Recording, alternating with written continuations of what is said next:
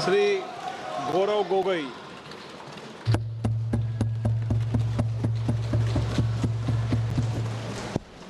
धन्यवाद अध्यक्ष महोदय। आज हम इस विशेष चर्चा में भाग लेने के लिए खड़े हुए हैं और ये चर्चा इसलिए हो रही है क्योंकि हाल में ही जो युद्ध हुआ वो एक सूचना का युद्ध था।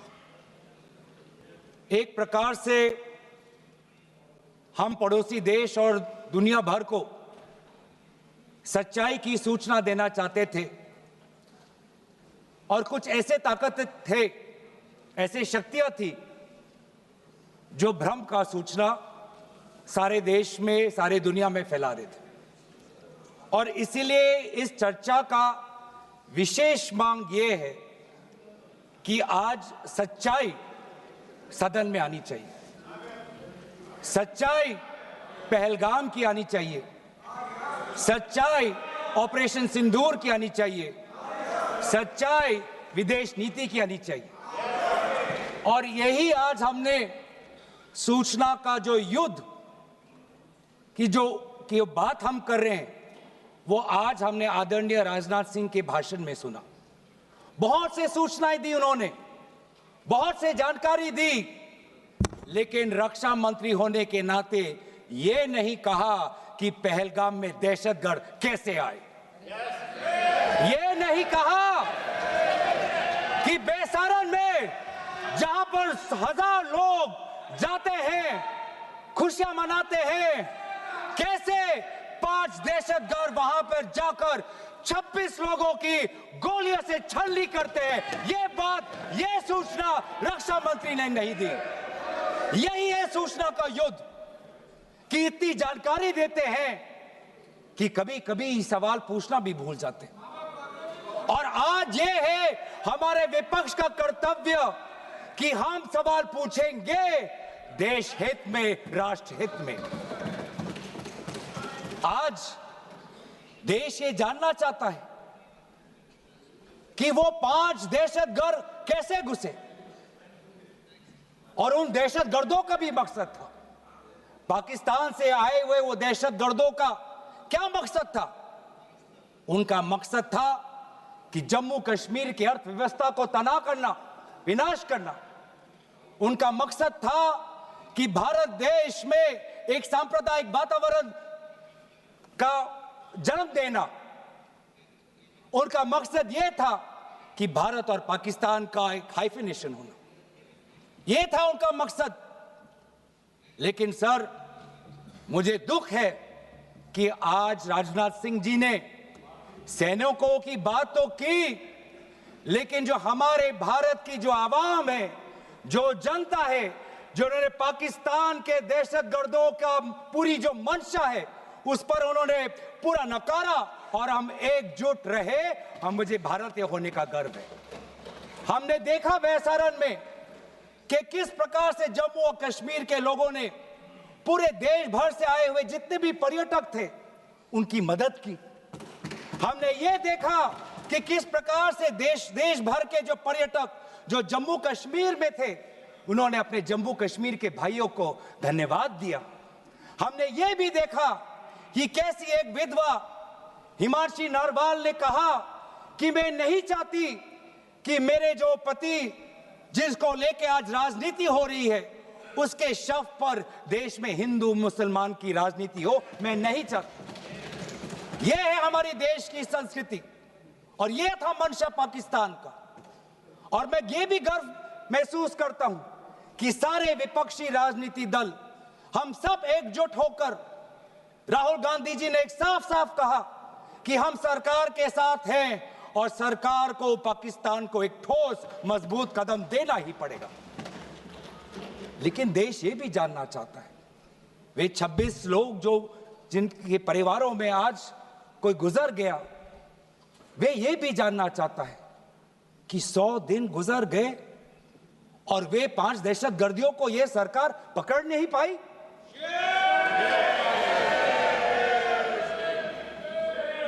देश के वो लोग ये भी जानना चाहते हैं कि ये जो 5 दहशतगर्दे थे, दहशतगर्दी जो आए टेररिस्ट, निश्चय इनको किसी ने पनाह दी, निश्चय इनको किसी ने जानकारी दी, निश्चय ये पूरा जो 1 घंटा का जो उन्होंने गोला बारूदी की, उसके बाद ये फरार हो गए, उनको फरार होने में भी किसी ने उनकी मदद की। और आज भी ये 100 दिन हो गए और सरकार के पास कोई जवाब नहीं।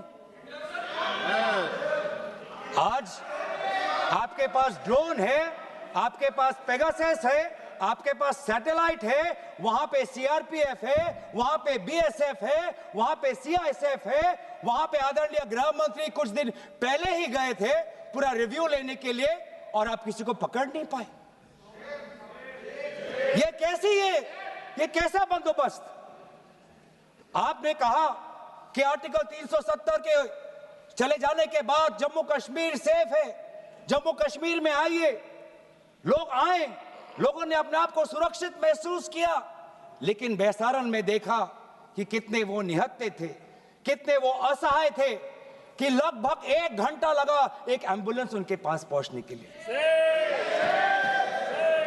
पुलिस पर अगर आर्मी भी आई तो चल के आई।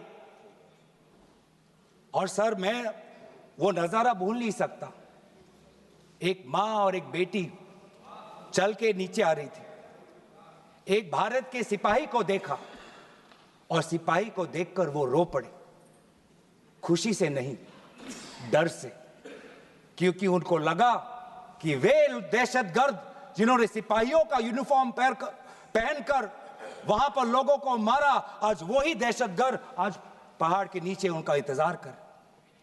उस भारत के सिपाही को कहना पड़ा कि मैं भारतीय हूं, तुम डरो मत, मैं भारतीय हूं, तुम सेफ हो, सुरक्षित हो। ऐसा दहशत उन्होंने महसूस किया। इस दहशत के ऊपर, इस डर के ऊपर आदरणीय राजनाथ सिंह एक शब्द तो कहते, आप एक शब्द तो कहते, ये आपकी भी जिम्मेवारी है राजनाथ जी, ये आपकी भी जिम्मेवारी है, रक्षा मंत्रालय का भी जिम्मेवारी है। बार बार हम ये देख रहे हैं सर कि आदरणीय गृह मंत्री जाते हैं, कहते हैं कि बहुत अच्छा बंदोबस्त हो गया है, टेररिज्म के हमने उनकी रीढ़ की हड्डी तोड़ दी, तब भी उरी होता है, तब भी बालाकोट, तब भी पुलवामा होता है, तब भी पहलगाम होता है। अंत में जाके जिम्मेवारी कौन लेता है? जम्मू कश्मीर के लेफ्टिनेंट गवर्नर नहीं। अगर जिम्मेवारी किसको लेनी पड़ेगी तो आदरणीय गृह मंत्री आपको लेनी पड़ेगी, नैतिक जिम्मेवारी आपको लेनी पड़ेगी। आप लेफ्टिनेंट गवर्नर के पीछे नहीं छुप सकते, आप लेफ्टिनेंट गवर्नर के पीछे ये केंद्र सरकार नहीं छुप सकती, क्योंकि गृह मंत्री खुद वहां पे थे कुछ ही हफ्ते पहले, खुद उन्होंने सिक्योरिटी का रिव्यू लिया कि आपके पास जानकारी नहीं थी। और सर, ये सरकार इतनी कमजोर कि आज उन्होंने इस सर में, क्योंकि उन्होंने अगर इसका किसी का दोष दिया तो टूर ऑपरेटर्स को दोष दिया कि टूर ऑपरेटर्स बिना अनुमति के द्वारा, बिना लाइसेंसेस के द्वारा लोगों को बेसहारा ले जा रहे, हमें तो पता ही नहीं था। ये है इनका कारण, ये बताना चाहते हैं। तो सर, यही तो दुख की बात है कि कहीं ना कहीं एक सरकार में एक अहंकार आ चुका है। इंटेलिजेंस और सिक्योरिटी जो फ्रेमवर्क है, एस्टैब्लिशमेंट है, जो लोग हैं जो निर्णय लेते हैं इंटेलिजेंस और सिक्योरिटी की, आज उनमें एक अहंकार आ गया है कि चाहे जितनी भी बड़ी गलती हो उन पर कोई सवाल नहीं उठा सकता। लेकिन आज हम सवाल उठा रहे हैं, आज हम सवाल उठा रहे हैं, आज हम सवाल उठाएंगे। प्रधानमंत्री मोदी जी, आपको, आप सऊदी अरब में थे, आप जब वापस आते आपका पहला नैतिक कर्तव्य होता कि पहलगाम आप जाते, लेकिन आप पहलगाम नहीं गए, एक सरकारी कार्यवाही के लिए आप बिहार गए और चुनावी भाषण दिया। देश के मुखिया सऊदी अरब में थे, पूरा कार्यक्रम उन्होंने संपूर्ण किया, वापस आए और वो पहलगाम भी नहीं जा पाए और बिहार में जाके चुनावी भाषण दे रहे। अगर पहलगाम में कोई गया तो हमारा नेता राहुल गांधी गया। अगर पहलगाम में जो लोगों की मृत्यु हुई उनके लिए अगर शहादत की मांग कोई कर रहा है तो हमारा दल का नेता राहुल गांधी कर रहा है। राहुल गांधी जी बदामी के कंटोनमेंट में गए। सर मैं बोलूं? Sir house in order. Sir house in order में like. Sir house is not in order में रहेगा सर। टाइम लेकिन आप तथ्यों पे बोलें। गलत सूचनाएं नहीं दे सदन में। गलत सूचनाएं नहीं मत दे। हम बोलिए इसके ऑर्डर में लाइए सर। कोई सदन में गलत तथ्य नहीं रख सकते आप। सर मैं बोलूं सर कैमरा आएगा मेरे पे। धन्यवाद। आदरणीय अध्यक्ष महोदय, अब बात आती है ऑपरेशन सिंदूर की। आज मैं राजनाथ सिंह जी का भाषण सुन रहा था। मुझे पता नहीं चल रहा था कि राजनाथ सिंह जी जो भाषण दे रहे थे वो किस समय का उजागर कर रहे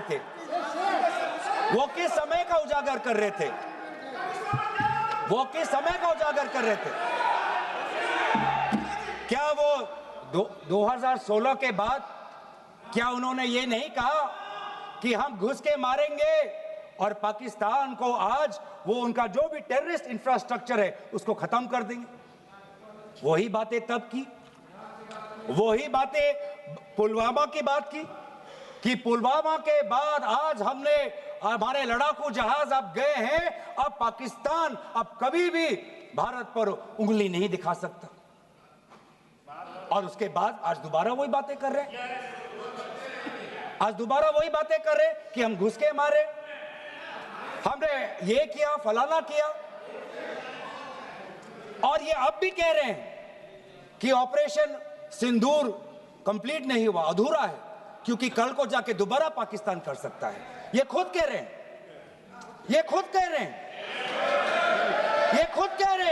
कि इसके पश्चात भी पाकिस्तान कल को जाके कर सकता है।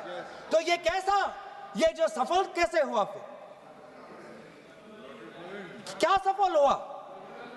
आज ये खुद कह रहे हैं कि हमारा मकसद युद्ध का नहीं था। हम पूछना चाहते क्यों नहीं था, होना चाहिए था।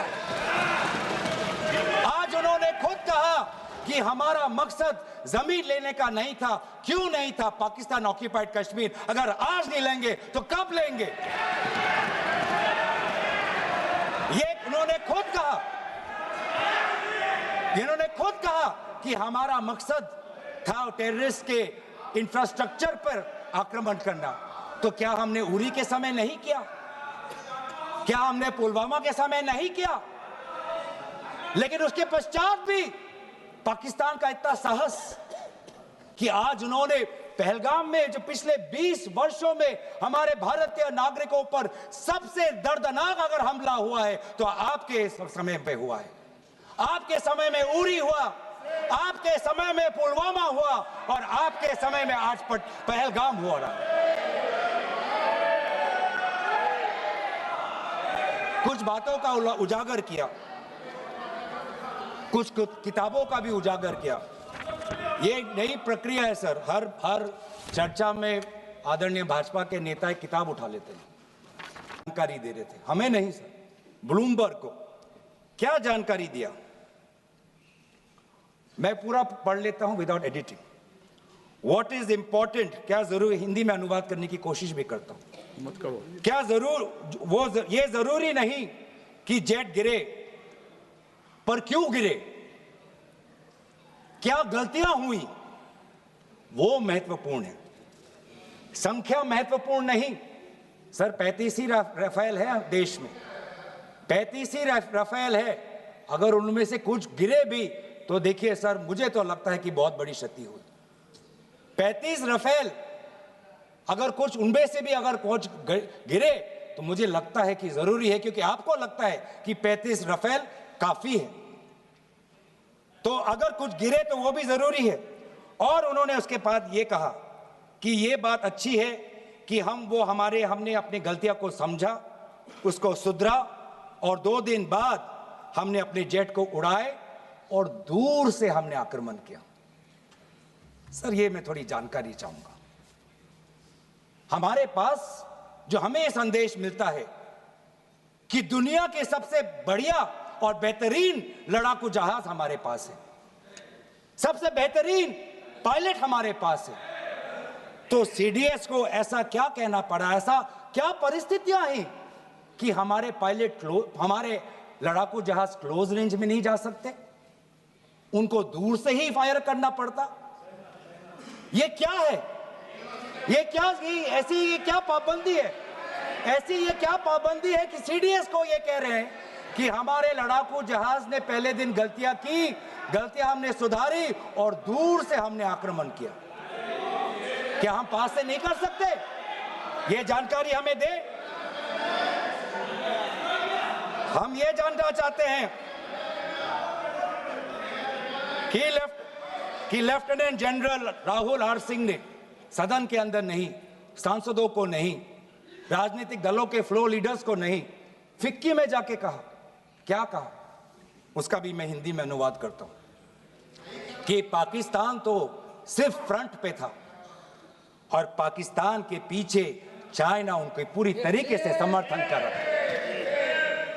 ऐसी कोई आश्चर्य की बात नहीं होनी चाहिए, क्योंकि पिछले 5 वर्षों में लगभग 80% मिलिट्री हार्डवेयर पाकिस्तान को सब पूरा चाइना से मिल रहा है। तो सर, मैं आज पूछना चाहूंगा आदरणीय राजनाथ सिंह जी से, जो सरकार चीन को लाल आंख दिखाने की बात करती है, एक बार भी आपने चीन का उजागर अपने भाषण में क्यों नहीं किया? आर्मी कर रही है, आर्मी के कह रही है, आर्मी कहती है कि आज कि सिर्फ चीन और पाकिस्तान का ये 2 फ्रंट नहीं, अब 3 फ्रंट का भी हो सकता है, कन्वर्जेंस हो सकता है चीन, पाकिस्तान और बांग्लादेश को लेकर। लेकिन मैं सरकार को याद दिलाना चाहूंगा कि ये जो 2 फ्रंट की जो बात थी, इस बात की शुरुआत किसने की थी? इस बात की चेतावनी किसने दी थी? इस बात की चेतावनी इसी सदन में हमारे दल के नेता राहुल गांधी जी ने दी थी। और यही हम जानना चाहते हैं, यही हम जानना चाहते हैं कि आज जो युद्ध हुआ, इसमें पाकिस्तान को चीन से कितना समर्थन मिल रहा है। हम सेना से नहीं, आज हम आदरणीय राजनाथ सिंह जी से और प्रधानमंत्री मोदी जी से जानना चाहते हैं।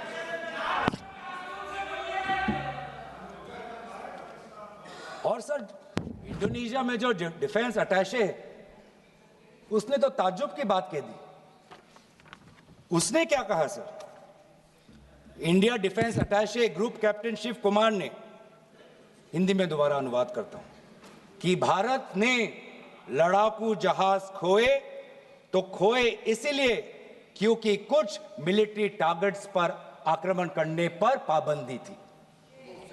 क्यों? क्या पाबंदी थी? ऐसे क्या ये राजनीतिक कंस्ट्रेंट्स थे? आपने कहा कि 9 टारगेट पे हमने आक्रमण किया, लेकिन हमें यह भी सूत्रों से जानकारी और मीडिया में आया है, और लेफ्टिनेंट जनरल राहुल सिंह ने खुद कहा कि पहले 21 टारगेट्स चुने गए थे और 21 से फिर 9 हुए। क्यों हुए? क्यों हुए?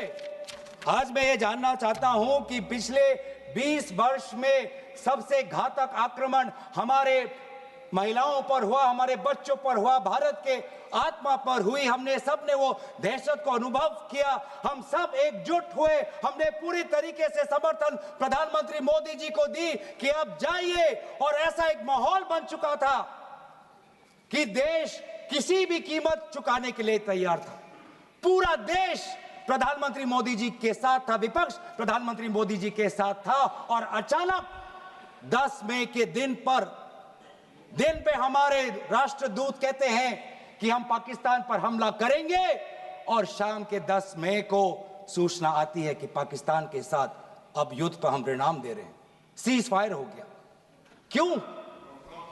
क्यों हुआ? हम आदरणीय प्रधानमंत्री मोदी जी से जानना चाहते थे, अगर पाकिस्तान वाकई में अपने घुटने टिकने के लिए तैयार था तो आपने क्यों रुका, आप क्यों रुके और किसके सामने आप झुके, किसके सामने आपने सरेंडर किया, किसके सामने आपने सरेंडर किया? वो अमेरिका के राष्ट्रपति जो 26 बार आज कह चुके हैं कि व्यापार को लेकर उन्होंने भारत और पाकिस्तान को सतर्क किया और दोनों को मजबूर किया कि वो इस जंग को छोड़े। 26 बार। आज राष्ट्रपति ट्रंप खुद कहते हैं कि 5-6 जेट गिरे हैं। एक एक जेट करोड़ करोड़ अरब अरब रुपयों का है, मिलियंस एंड मिलियंस का है। इसलिए हम जानना चाहते हैं, आज हमें स्पष्ट रूप से आदरणीय राजनाथ सिंह जी बताएं, देश पर विश्वास करें, देश में वो साहस है सच्चाई सुनने की। आज आप बताएं कितने लड़ाकू जहाज गिरे? हमारे में वो साहस है, क्योंकि ये सूचना, ये सच्चाई सिर्फ देश के नागरिकों के लिए नहीं, ये सूचना, ये सच्चाई हमें देश के जवानों को भी देना है। आज उनसे भी झूठ कहा जा रहा है, उनके बीच में भी भ्रम फैलाया जा रहा है। हम उनकी जो सच्चाई है आज हम सदन के अंदर लाना चाहते हैं। और सर, बात में आती है विदेश नीति की। किस मुंह से हम कहें कि विदेश नीति आज सफल हुआ है? किस मुंह से कहें? ये आदरणीय राजनाथ सिंह जी, शंगीला में जो डायलॉग हुआ, उस डायलॉग में जो ड्राफ्ट जो आया, जिसको भारत सरकार ने नकारा, वो ड्राफ्ट बनाने में हमारे ही कुछ सहयोगी देश थे, जिनका नाम मैं नहीं लेना चाहूंगा। लेकिन ऐसे देश जिसको हम परंपरागत दोस्त हम मानते हैं, ट्रेडिशनल एलाइज मानते हैं, आज उन्होंने भी इंडिया और पाकिस्तान को हाइफिनेट कर दिया।